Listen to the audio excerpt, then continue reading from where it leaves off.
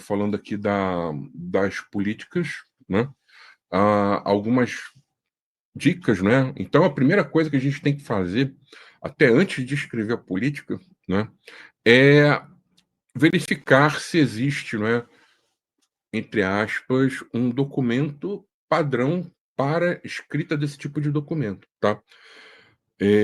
Por que a gente tem que fazer isso? Porque, no fim de tudo, tá, quando a gente já estiver com a minuta ali da política pronta, né, ela vai ter que ser aprovada por alguém, né.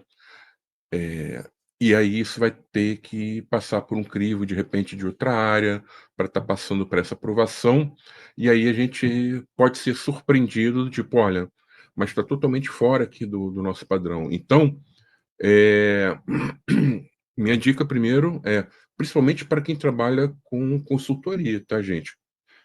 A minha primeira dica aqui é o seguinte: antes de escrever, verifica se tem esse padrão, pede esse padrão, lê esse padrão, entende direitinho.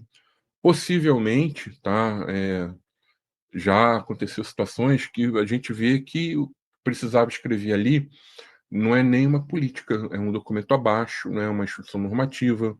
Então já peguei cliente, por exemplo, que ele dentro ali do seu padrão, vamos dizer assim, ele tinha que ter no máximo 12 políticas, né. E aí, assim, uma instituição financeira, cara, não dava para encaixar uma política, por exemplo, de governança de dados ali, né. "Ah, porque a governança de dados é muito importante", cara, mas a gente está falando de um banco, né, tem um limite de 12, vai ter coisa ali ligado a questão de lavagem, prevenção e lavagem de dinheiro, questões ligadas ali a produtos, questões ligadas ali à ética, não é.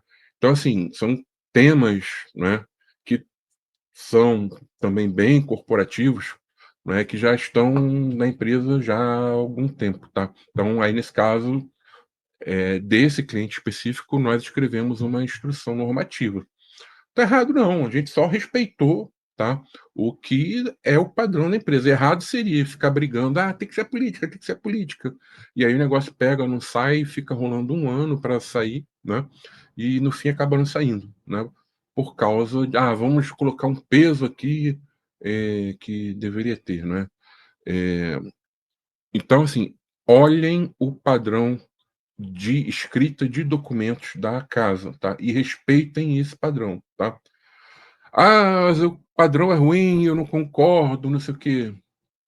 Faz uma sugestão para melhoria, não é, mas não para por isso, segue a vida, tá. É melhor ter uma política, né, às vezes que na sua visão que está escrevendo, o padrão não está tão 100%, né, do que não ter nada, tá. Então nada de ser radical aqui, né. Tem gente que é muito radical, né. Fala: "Ah, porque a governança de dados é isso", como se a empresa existisse para a governança de dados. Então, a gente tem que entender, tem que adaptar, tá. Eu gosto muito dos livros do Sainer, né, ele traz uma visão muito de adaptação às coisas, tá, que aí a gente consegue realmente, de fato, implementar. Você ficar: "Ah, porque a governança de dados é a coisa mais importante, que não sei o quê, blá-blá-blá", cara, eu não vou conseguir, né, eu vou ficar ali amargurado, reclamando de tudo, falando de todos, mal de tudo, nada presta, né, eu não vou ser feliz, né. Então, assim, cuidado com isso, tá. Então olhem o padrão, respeitem esse padrão de documentação corporativa, tá. Eh, e aí uma dica minha, tá. Quando a gente escreve uma política de dados, então eu vou escrever uma política de governança, uma de arquitetura, uma de qualidade de dados, essa política vai ficar visível praticamente para toda a companhia, né. Só que boa parte das pessoas que vão ler, por exemplo, essa política ou essa instrução normativa ou esta norma, né, elas não sabem o que é aquele tema. Então é comum, por exemplo, as pessoas, né, que trabalham em negócio, por exemplo, e nós vamos precisar delas, elas vão ter contato com uma política dessa, mas às vezes eles não sabem o que que é governança de dados. né. Então eu, Bergson, o que que eu faço sempre, tá? Eu coloco uma seção ali dentro do documento, tá, explicando o que é aquele tema. É claro que eu não vou botar um livro ali dentro, né, mas, por exemplo, os 3 parágrafos mais ou menos, né, no máximo meia página, né, de uma política, eu vou colocar ali uma explicação bem sucinta, perdão, do que é aquele tema ali, tá. Agora, de novo, a gente tem que entender o padrão corporativo da casa. Tem empresa que não deixa fazer isso. Padrão não deixa fazer isso. Aí beleza, aí não tem jeito, tá. Mas se não tem nada, vamos dizer assim, falando que não pode, façam, tá. Porque é uma informação ali que vai, agregar, tá. Eh, Faça mesmo para temas considerados relevantes. Então, por exemplo, imagina que eu estou falando aqui uma política de qualidade de dados. E aí não tem como falar, né, em uma política ou em uma instrução normativa de qualidade de dados sem mencionar, né, as dimensões de qualidade de dados. O que que é completeza, o que que é em tempo adequado, o que que é integridade, por aí vai, né. Então a gente coloca, né, nesse tipo de situação também, eh, alguns textos, né, bem enxutos, tá, gente, para estar explicando o que que é cada dimensão dessa, não é. Então, por exemplo, estou mencionando uma política de governança de dados que vai ter um comitê, que quem vai estar fazendo essa orquestração é um escritório de governança de dados. Aí eu explico o que que é um comitê, não é, se eu tiver mais de um comitê, eu posso até, e se a norma, não é, para a construção desses documentos corporativos permitir, eu posso botar uma imagem ali, né. Tem empresa que a norma não permite ter imagem, então tudo isso a gente tem que olhar, tá. Mas o máximo que eu puder colocar aqui de informação sucinta, não é para botar uma página inteira, 2 páginas falando daquele tema ali, eu coloco, tá. Eh e a política, ela tem que ser bem objetiva, né. Então eu não tenho que, foi o que eu falei aqui, não é, uma política não deve ser longa, eu não tenho que ficar criando uma política com 20 páginas, 30 páginas, 40 páginas, né. Estabelece ali um limite, não é, 10 a 15 páginas. "Ah, mas eu escrevi, deu 17". Cara, tá, usa o bom senso também, né, do tipo, tá bom, enxugou o máximo que podia, beleza, mas vamos ficar, espertos aqui, né, no conteúdo dessa política. Então, por que a gente não pode escrever, não deve, na verdade, né, escrever algo tão grande? Porque as pessoas não vão ler.